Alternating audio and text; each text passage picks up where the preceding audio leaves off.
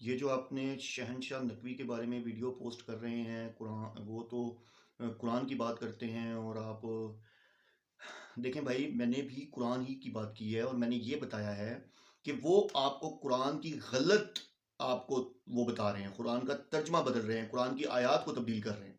कुरान का तर्जमा कुछ है और वो कुछ एक में वो मातम को बता रहे हैं कि जी कुरान से साबित है, जो कि किसी तरह से भी साबित नहीं होता। और उसमें उन्होंने झूठ बोल दिया कि ये सब ऐसा कुछ भी नहीं लिखा हुआ। दूसरे में वो याली मदद साबित कर रहे हैं, वो भी ऐसा कुछ नहीं लिखा।